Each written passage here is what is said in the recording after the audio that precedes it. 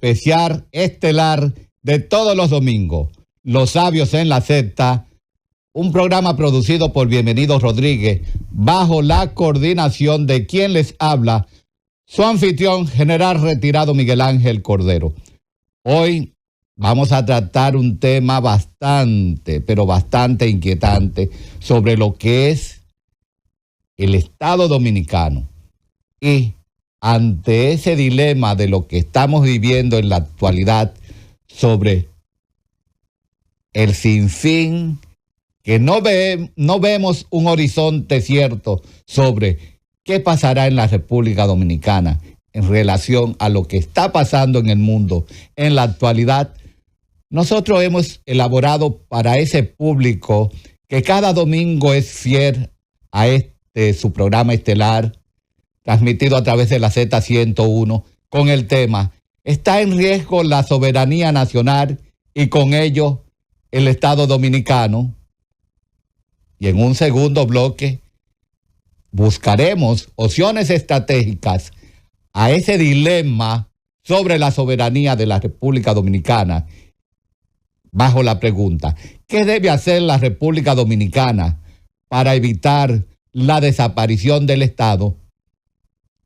¿Qué debe hacer la República Dominicana? ¿O qué debe hacer los gobiernos? ¿Qué deben hacer los gobiernos? Porque no es un problema de un gobierno, no, es un problema del Estado. Pero como decíamos en el programa anterior, para ello necesitamos lo que es un proyecto de Estado, dentro del cual se enmarque un proyecto de nación, y que esa es la responsabilidad de los partidos políticos como una fuerza que tienen la responsabilidad de mediar en lo que es el futuro del Estado. Y por eso nos referimos a lo que es un proyecto de partido político en la República Dominicana, donde se entienda que el interés nacional está por encima de lo que son los intereses particulares, sobre lo que es la pasión política, porque como dice Joseph Ramonet, y después de la pasión política, ¿qué? Donde cada quien quiere ser arquitecto de sus propias ideas, sin importar de cuál sea el destino del Estado Dominicano. En ese tenor, nosotros vamos en el día de hoy a tocar ese tema con la profundidad debida para determinar qué es lo que está pasando en la República Dominicana. ¿Es en verdad, Friusa, un problema de un gobierno? No, no es un problema de un gobierno, es un problema del Estado Dominicano, no es un problema de Luis Abinader, no fue creado por Luis Abinader, es una herencia que ha recibido el gobierno del presidente Luis Abinader, y hay que estar consciente de que Friusa es tan solo un síntoma de una enfermedad del Estado que nos conduce a lo que es un síndrome de desesperanza aprendida, donde ya el dominicano dice: ¿qué es lo que soy? ¿Tengo patria o no tengo patria? ¿Por qué? Porque las mismas instituciones se han dado a la tarea de ir contribuyendo a la desaparición de lo que son los valores, los símbolos patrios, pero sobre todo lo que es la idiosincrasia del dominicano, que es lo que enarbola prácticamente la institucionalidad, es lo que enarbola lo que es la seguridad identitaria. Y como lo hemos referido aquí en diversas ocasiones, nuestras instituciones no están haciendo el trabajo debido para garantizar lo que es esa seguridad identitaria, que es una responsabilidad de la Junta Central Electoral. ¿Y cómo es posible que anden tantos haitianos con cédula dominicana que no saben hablar siquiera el español? Bueno, ese y otro tema nosotros nos preguntamos: ¿será que el Estado tiene que hacer un curso, un seminario, un diplomado o una maestría en cómo gerenciar lo que son sus políticas públicas en materia de institucionalidad, en materia de lo que podría ser sus políticas migratorias, que no sean unas políticas de un gobierno, sino una política de Estado. Y por eso hablábamos del proyecto Estado, del proyecto Nación y del proyecto Partido en el programa anterior. Pero nada, antes de empezar con nuestros invitados de lujo a tocar ese tema que ahora mismo está sobre la palestra, vamos a referirnos, vamos a visualizar qué está pasando en el mundo. En ese mundo de la diplomacia de los aranceles, como yo he denominado, que ahora mismo está prácticamente convulso, está en llama, donde el presidente Donald Trump pues ha emitido una disposición mediante la cual todo aquel estado que comercialice con petróleo, gas o cualquiera de sus derivados que importe desde Venezuela tendrá aranceles de un 25%. ¿Cómo se aplicarán estos aranceles? Todavía el secretario de Tesoro de los Estados Unidos no ha determinado cómo serán esos aranceles, si se le impondrá a la banca, cómo se tomará esta decisión. Pero ya vemos que ha tenido efectos. Ya China se ha desligado de la compra de petróleo en Venezuela. Los mayores compradores, hay que destacar, de petróleo venezolano son Estados Unidos y China. Luego le sigue India, le sigue España, está ahí Singapur, entre otros. Pero ya China se ha desligado, India también se ha desligado. No quieren aranceles para sus exportaciones. Pero tenemos prácticamente, ¿quién más podría ser afectado? Cuba podría ser afectado también, que recibía grandes exportaciones de crudo. Ahora mismo el sistema energético cubano, que de hecho sus plantas datan de la Segunda Guerra Mundial, están totalmente desfasadas. Están en crisis no solo porque las plantas están desfasadas, sino porque no tienen combustible. Pero ¿qué pasará con Nicaragua? Esos aliados de Venezuela que de una u otra manera han recibido ese beneficio de Nicolás Maduro, ¿qué le pasará? Pero vemos también a México, que ya está entrando en razón y ya acepta ser un tercer país seguro ante la presión de los aranceles. ¿Qué indica un tercer país seguro? Que va a recibir deportados de diferentes nacionalidades y luego hablamos. Y luego hablamos hasta que se le tramite cuáles son las posibilidades de ingresar a territorio de los Estados Unidos, o que podrían ellos mismos, por ahí, por esa vía, pues desligarse de ese cúmulo de inmigrantes a los Estados Unidos que pasaron primero por territorio mexicano y se les permitió incursionar en territorio norteamericano. Bueno, estos efectos sobre las deportaciones tendrá sobre Latinoamérica y el Caribe un efecto totalmente adverso a lo que son sus economías, y eso lo vamos a ver más adelante. Ya los pequeños dilemas de aranceles entre Canadá y México con los Estados Unidos están en un aguántate ahí, hasta ver qué sucede más adelante, después del 2 de abril, que está enmarcado como el día de la liberación, el día en un nuevo resurgir de los Estados Unidos a través de lo que se llama un proceso de homeostasis sobre su política exterior. Pero la Unión Europea, ¿qué pinta en todo esto? Ese desacoplamiento entre los Estados Unidos y la Unión Europea a través del régimen de los aranceles ha hecho visualización en el mundo sobre abandonó Estados Unidos a la Unión Europea, un socio tradicional. Bueno, hay que producir también una homeostasis con los socios, porque la Unión Europea tiene un superávit comercial con los Estados Unidos y le ha puesto restricciones a muchas producciones de los Estados Unidos.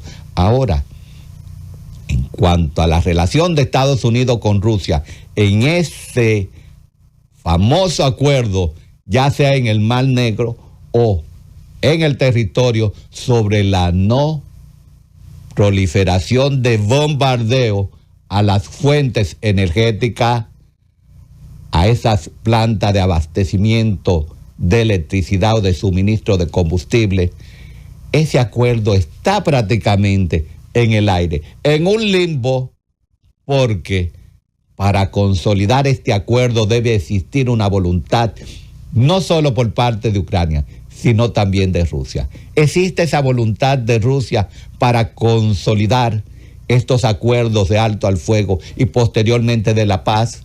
No lo creemos, porque se ha estado buscando muchos subterfugios en relación a esto, con el objeto de evitar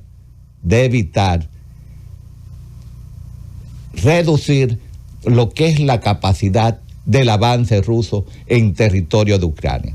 Pero también vemos lo que es la dispersión de lo que es la intención de esos aranceles y de esa ofensiva de los Estados Unidos en cuanto a la presión o acorralamiento hacia Venezuela, que ya se está retomando de nuevo el tema del Esequibo de Guyana, no el Esequibo venezolano, sino guyanés.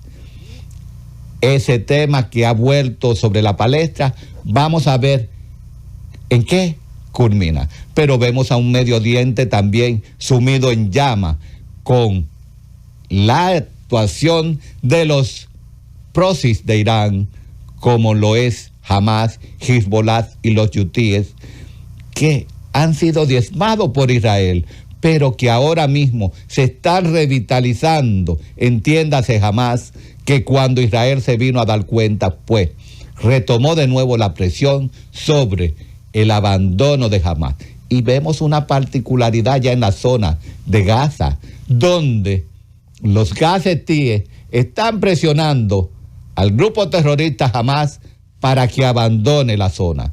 Ya los gazetíes se sienten asediados y de una manera utilizados por Hamas para tener logros políticos y bélicos que no le han producido a ese pueblo gazetí, podríamos decir, esas facilidades, esa calidad de vida que ellos pretenden. Pero también vemos un acuerdo entre Erdogan, Turquía y los kurdos, donde el jefe del Kurdistán pues ya ha renunciado a seguir dictaminando dentro del contexto del partido del Kurdistán como una fuerza beligerante contra Turquía y con ello contra Erdogan.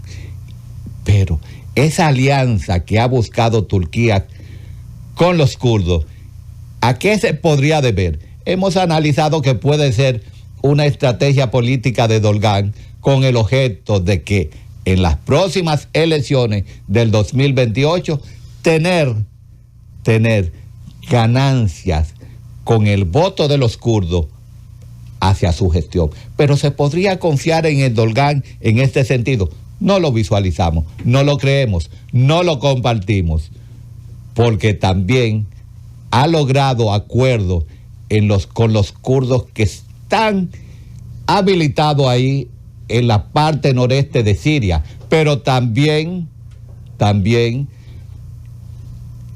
la nueva gobernanza de Siria ha llegado a acuerdos políticos con los kurdos, ha llegado a un acuerdo de paz y consolidar a ese pueblo kurdo dentro del sistema político de Siria. ¿Será una estrategia de Al-Golani?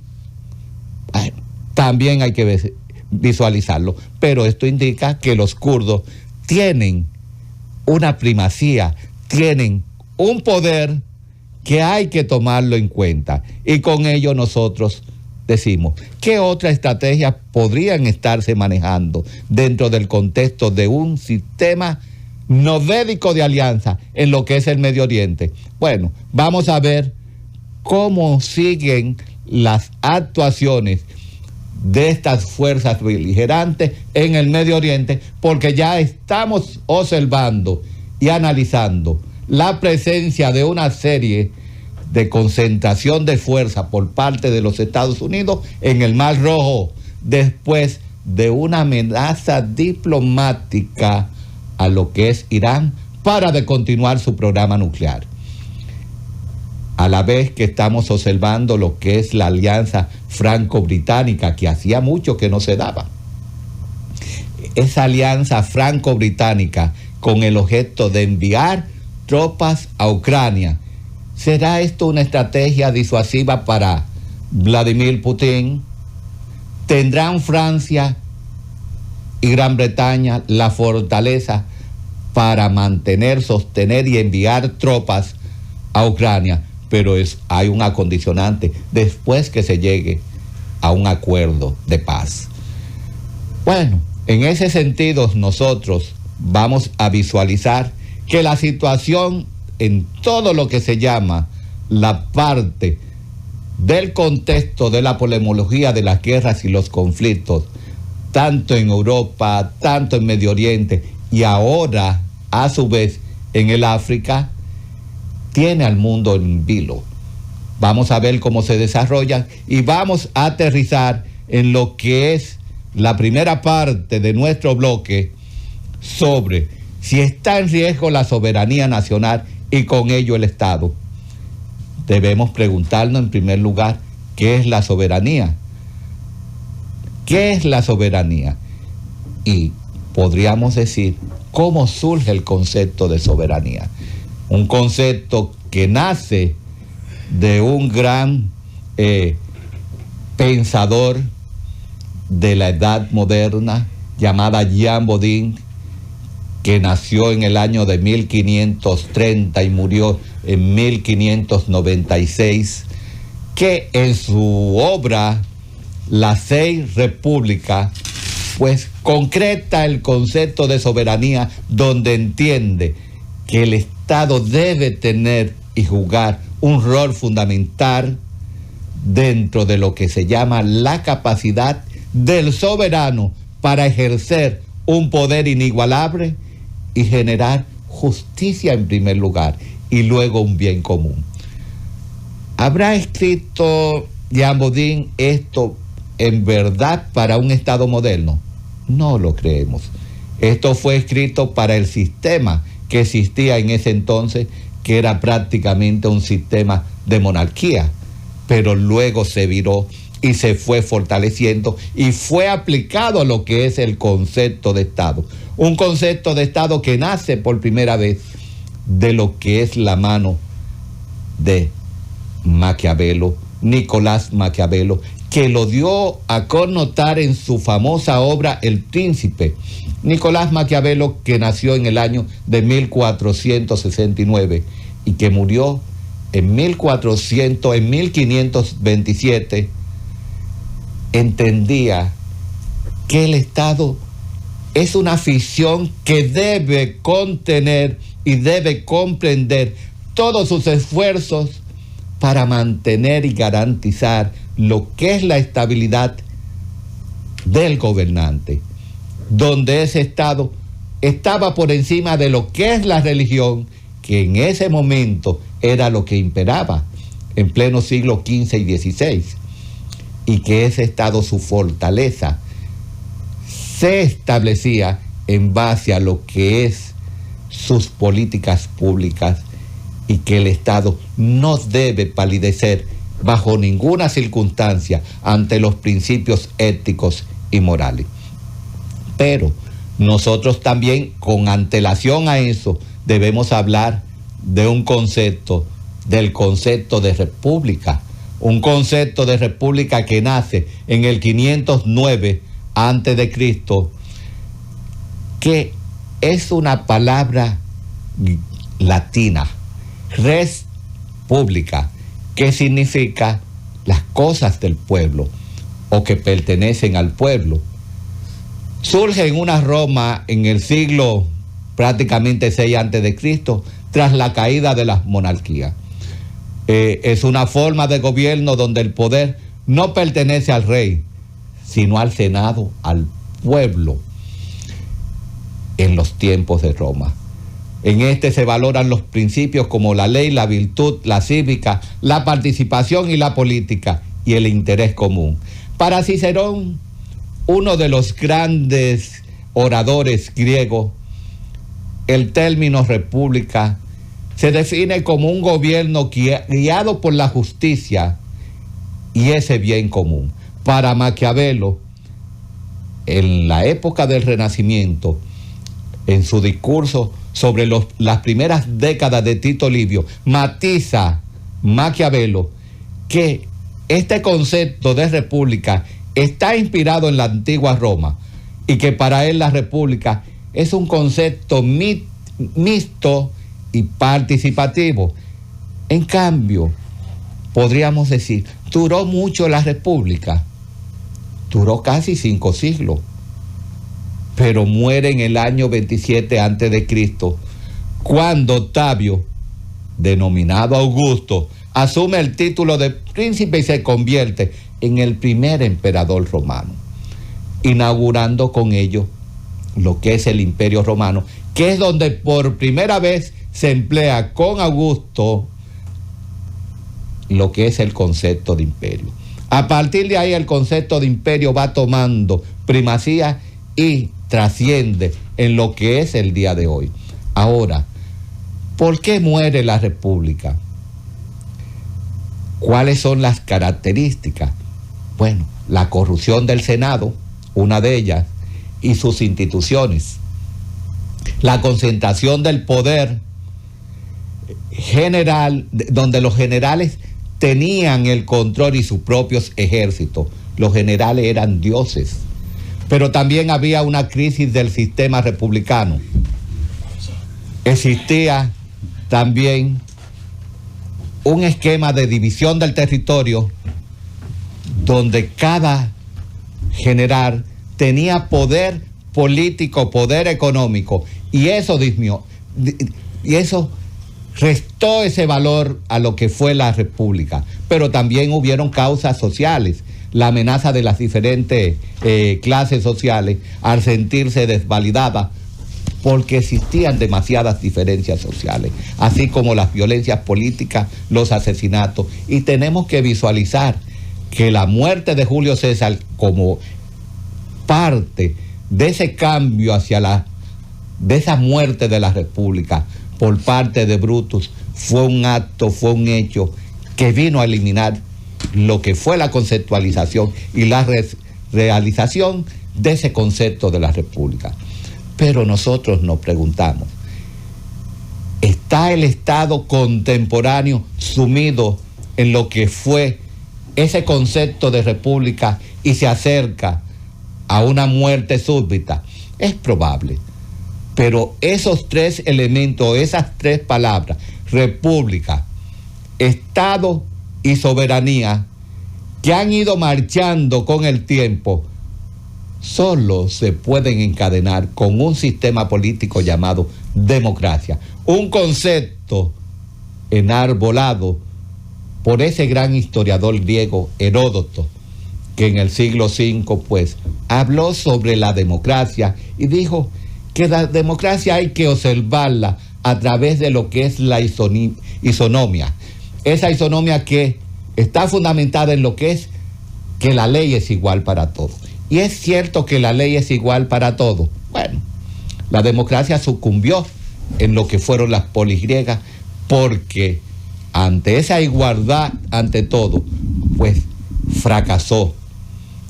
Y fueron 2 sistemas, ahí estamos hablando de 2 sistemas, el sistema democrático con la hueste republicana, que fueron asumidas tras la independencia de los Estados Unidos como parte de su esquema político. 2 esquemas totalmente encausados y derrotados por las ambiciones geopolíticas de la época. En el caso de la República Dominicana, nosotros nos preguntamos, ¿podría sucumbir el Estado dominicano ante lo que es ahora mismo las grandes debilidades del sistema político?